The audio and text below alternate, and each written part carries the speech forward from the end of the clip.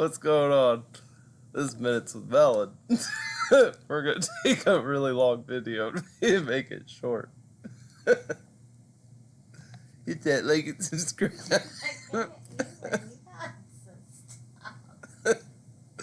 Okay, let's start it. My jaw would hit the floor if this happens. I'm sorry. Why is this any of your business? My money is in your bank. I'd like to take my money out of your bank. I want to spend it however I'm going to spend it. That's exactly what's happening at local banks in multiple Western countries, from Australia to the United States to Canada. Sorry, we don't have cash here. You can't take cash out because we simply don't have it. Here's just one example in Canada. This one's gone viral this week. But this is just one of many that we're seeing, where a banker refuses the customer's withdrawal who just wants some cash out of his own account. Watch this. I can't, wait, I don't understand. What are you talking about? So I will either give you a bank draft, or if you're going to get cash, I will need an invoice for the car purchase. Why? No, I'd like to, it's for, the car's payments for in cash. I can't use a bank draft. Are you buying from like a private? Yeah, it's private. person? It's literally from my friend. From your friend? Yeah, but he wants it in cash. Can he give you like anything that you purchase it from him? How rude. No, you don't need that. Bro, what is it? I'm only asking for 3. I What is this? It's my money. I'm allowed to withdraw from my own bank account. Yeah, so I can. You said that what's the maximum limit you can give a withdrawal to a customer? It's $3,000 on the day. You've already mentioned that multiple times. Yeah, not today. Why not today? Today I would need a bank draft, or I would get it invoice. But why you don't? So you need proof of what it is. Why is that? And why is that? Why is that? Why do you need it? Why do you need me to tell you what it is? Why do you need? What kind of proof is that? I bring in a note. Like what? How is that? What is that going to change? I don't understand. So that would You need to give me my that money. you will be buying- I'm not taking a bank draft. I would like cash, please. Yeah, I won't be able to give you cash. I won't be able to give you I'm just gonna cash sit here today. until you give me cash. So I'm not gonna leave. Can you imagine this? Well, and you know what's messed up is this guy questioning stuff. He'll probably end up getting kicked out of the bank, maybe arrested by the police because he's causing a disturbance. You know? Yeah. Like they treat the customer like they're a disease. Yeah, He's like, I'm not today. leaving. No, sorry, you're not getting any cash today. Of course, the real reason she's asking that question is because she's trying to avoid at all costs having to admit the fact that they don't actually have cash in the bank anymore. It's gone. And of course, there's a multifaceted group of reasons as to why it's gone. Number one, they don't want bank runs on large number of people when they come into a bank who want cash, right? So they don't want bank runs. Like everyone's like, wait a second. I think I want to get my money out of this bank. Right. now. Is this Greece? Come on. Right. Well, remind our audience what happened in Greece. Yes, Greece, the money was so deflated so quickly that you couldn't get any money out of an ATM more than once a day. Maximum amount was about, I don't know, $200 at the time. It's wild. Yeah, and ridiculous. This is in modern times, like within the last 5 years. Right. That this happened. And of course, so they don't want these bank runs. They don't want a bunch of people rolling up to the ATMs trying to get money out of these banks. One way, of course, to eliminate bank runs is to eliminate cash. Totally, which is what you're seeing. This week, the International Monetary Fund, the IMF, put out an ominous warning that cyber attacks could destroy the banking industry and cause bank runs, meaning people run to the bank to try to take out their cash all at the same time, but the banks don't have your money in the first place, so they can't give you any money anyway. This isn't a conspiracy theory. What you're looking at here is the International Monetary Fund issuing this warning. The organization's latest global financial stability report warns that the size of extreme losses from cyber incidents has more than quadrupled since 2017 to a value of $2.5 billion. The report also claims the financial sector is uniquely exposed to cyber attacks. Well, it's a good thing we don't have any cyber attacks. Oh, wait a second. Widespread reports over the past 24 hours of entire 911 phone networks going down. Cyber attack on the Francis Scott Key Bridge, which brought down a bridge thanks to a barge hitting it.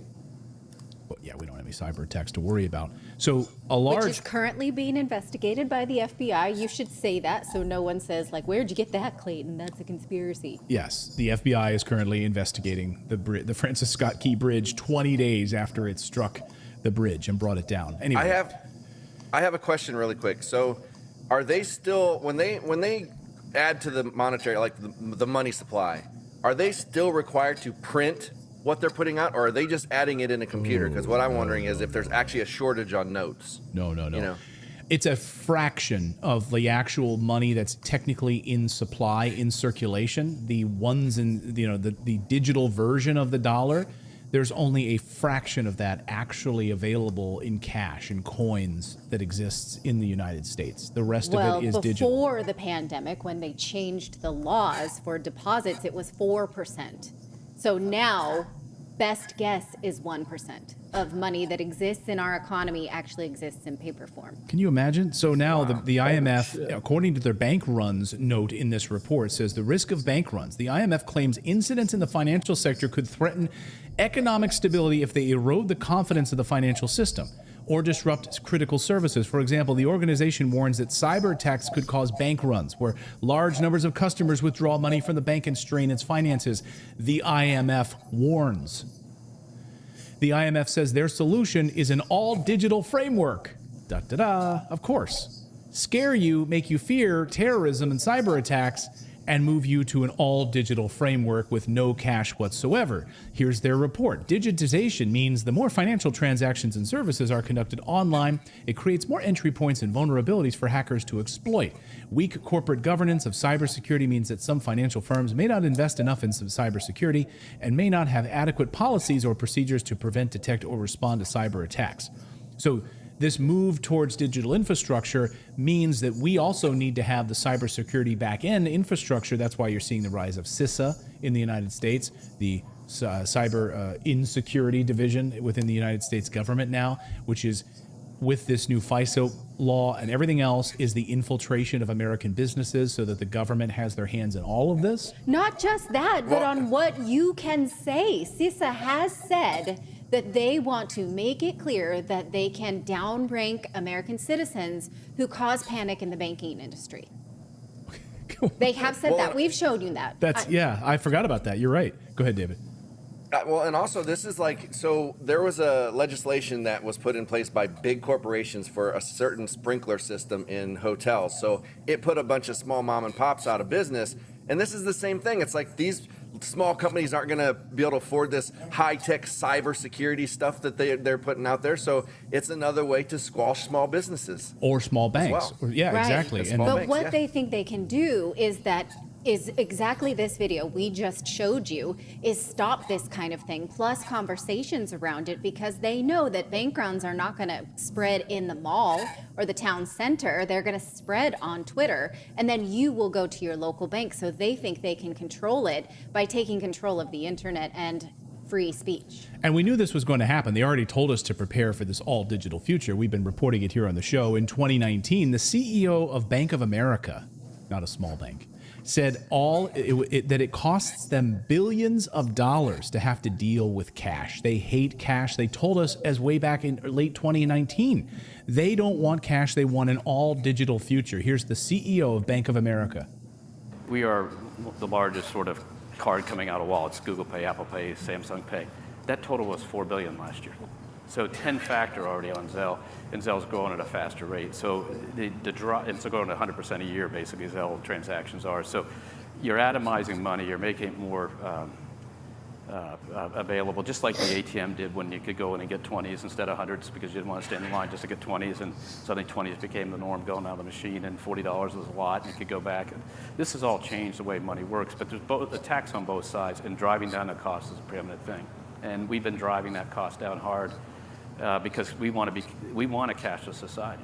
It costs us $5 billion for checks and cash to move around our company. You want a cashless society. We are driving towards a faster, but we have more to gain than anybody in a sense from a pure operating cost. And so we're driving it, and the cost will come down, and everything's happening, and the costs are already very low. It's very efficient, very little fraud when you actually look at the volumes going through.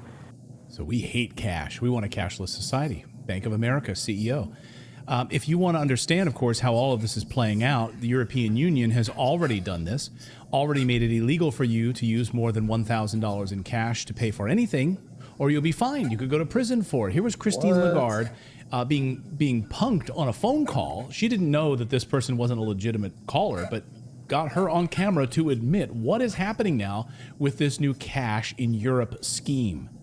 There are many protests in Europe against the electronic euro. What is the reason? it's the beauty of Europe. It has different positions. If you ask in Northern Europe, for instance, in the Netherlands, they're quite happy to see the euro coming. If you ask a young German man, he'll say, yeah, fine. As I said, I don't want Meta, Google, or Amazon to suddenly come up with a currency that will take over the sovereignty of Europe. I don't want a foreign currency to become the currency of trading within Europe. So we have to be ready. No, the problem is they don't want to be controlled. They don't want to. Yeah, but you know what? Now we have in Europe this threshold above 1,000 euros, you cannot pay cash. If you do, you are on the gray market. You take your risk. You get caught, you are fined, or you go in jail. But the digital euro is going to have a limited amount of control. There will be control. You're right. You're completely right. We are considering whether for very small amounts, anything that is around 300, 400 euros, we could have a mechanism where there is zero control. But that could be dangerous. The terrorist attacks on France back 10 years ago were entirely financed by those very small anonymous credit cards that you can recharge in total anonymity. So anything over 1,000, you're in deep trouble. Damn. They're crashing the dollar and starting a governmental global currency. Better take your money out of your banks while you can. That's crazy. We can put it in our little blue gray folder.